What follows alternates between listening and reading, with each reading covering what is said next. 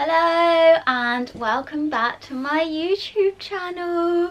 So today I thought I'd do a video about how to stop wasting time, because this morning I woke up and it was raining outside and I was like, today I need to get everything done. I need to be super productive and quit procrastinating.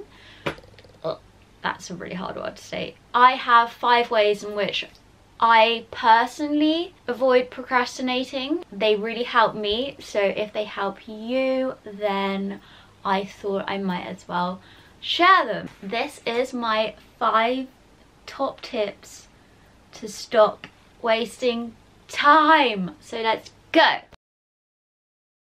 Okay, so my first tip to stop wasting time is the idea that it's okay to ask for help. So this is one that I struggled with for ages, because I'm fundamentally really wired as like a perfectionist individual, like to think I'm super independent, and that's fine and it's okay. Like, I feel we all tend to think that we can do everything ourselves, and that's not always the case, and it is okay to ask for help.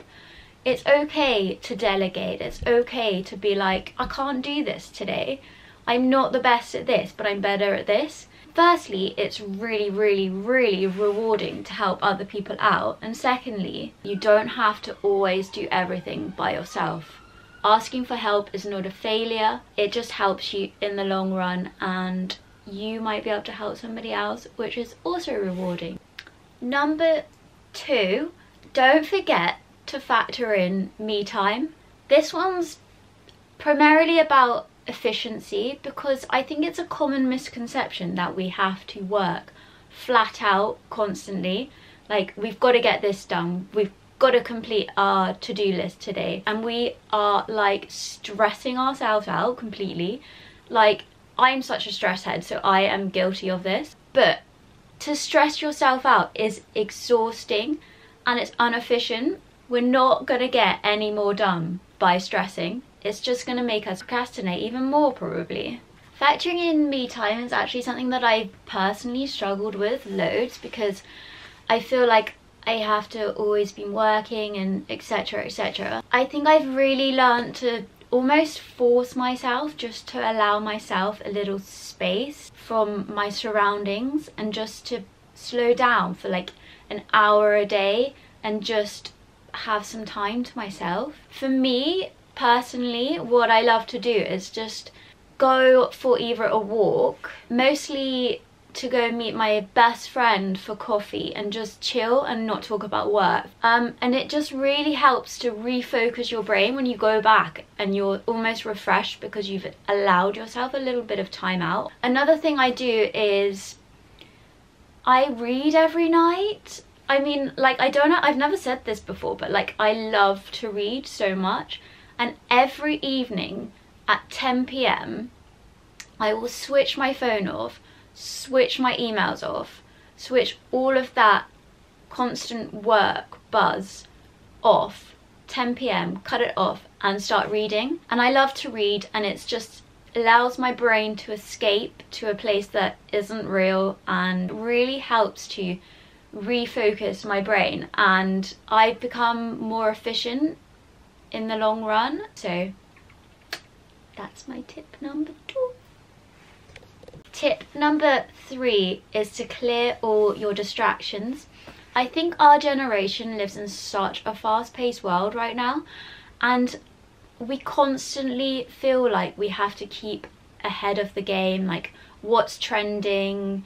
We have Instagram, Facebook, YouTube, hey YouTube, everything, and we constantly feel like we have to know everything, and the latest of this, latest of that, what have they done, what's happening in that party, or whatever. Otherwise we get this stupid concept called FOMO, which, FYI, it's a load of rubbish. Like, no, we don't need to know all of that stuff. It's irrelevant really, because by knowing all of this stuff and always having to 24/7 keep up what's trending, your head is going manic. And is it really important? Is it going to help you get everything done? So basically, I'm saying to slow down, which sounds like a massive contradiction, but I mean slow down in occupying your brain with those things that don't really matter, those things that aren't really helpful, and those things that kind of stress you out a little. Allow your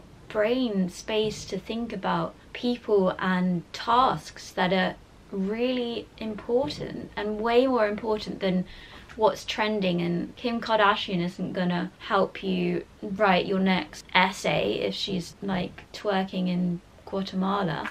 I don't know, I'm just talking a load of rubbish right now, but like, you know what I mean. It's not gonna help. So clear all this kind of distractions from your head so you've got space for thinking about things that really matter. And that is my tip number 3. My tip number 4 is to stop punishing yourself. I feel like whenever we don't get something that we're supposed to get done, we don't get our list of tasks for that day done, we automatically punish ourselves and label ourselves as lazy or not good enough. But just think, is that helpful though? Because by labeling ourselves, we're almost convincing ourselves that we are this lazy person. And is that really helpful? All we're really doing is serving to like almost demotivate ourselves. We're convincing ourselves that we're not going to be able to do something, and therefore we don't. So it's almost like a self-fulfilling prophecy. Instead, why can't we focus on the good things? Why can't we give ourselves positive labels like, today was actually a good day, and like, I'm actually good at that. Like, I actually did that really well. Okay, might not have done that so well, but maybe I learned from it, and I've realised that I'm way better at doing this kind of thing. Because the idea of labelling yourself and not being able to do something, that trickles down, and we almost then convince ourselves and therefore act like we cannot do something, and that's not the case. Reverse psychology. Tell yourself that you're blooming good at this, you're gonna be able to do that, and you'll become way more motivated. And to be honest, you'll probably realise what a blooming powerful person you are, and realise the amount of amazing achievements and things you can do if you just believe in yourself. So quit labelling. Okay, number 5 is just my personal advice, and it doesn't mean it's right, and I almost feel like it's a little bit embarrassing what I do, but I genuinely do this every morning and it works for me.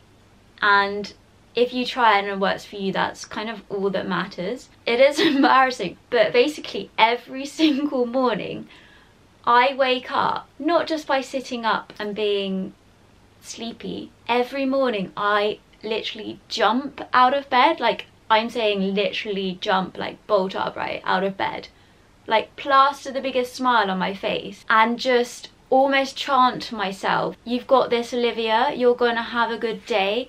Today is a good day, Olivia.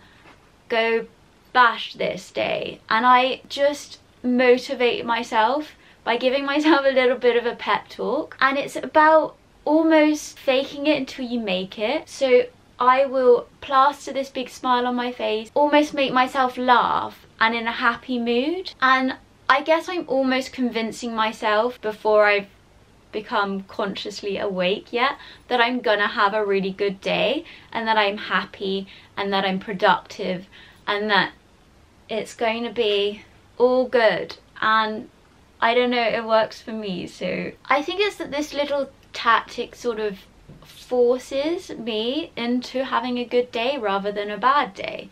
Like, I really strongly feel like you can wake up in a mindset and choose to have a good day, choose to be productive. Equally, you can wake up tired, groggy, and choosing to have a bad day. You don't have to. you can frame your mind to have a good day. And for me at least, it really worked. Maybe you should try it out because it might work for you too.